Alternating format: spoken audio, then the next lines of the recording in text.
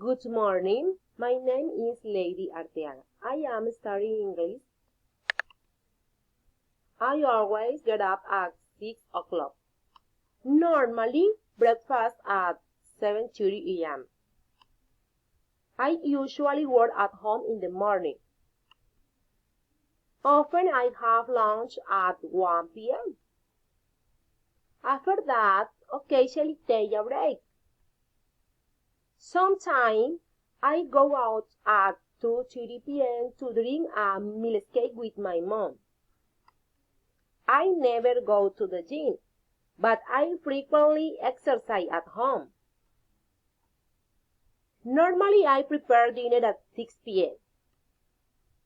Then usually at 8 o'clock I watch TV.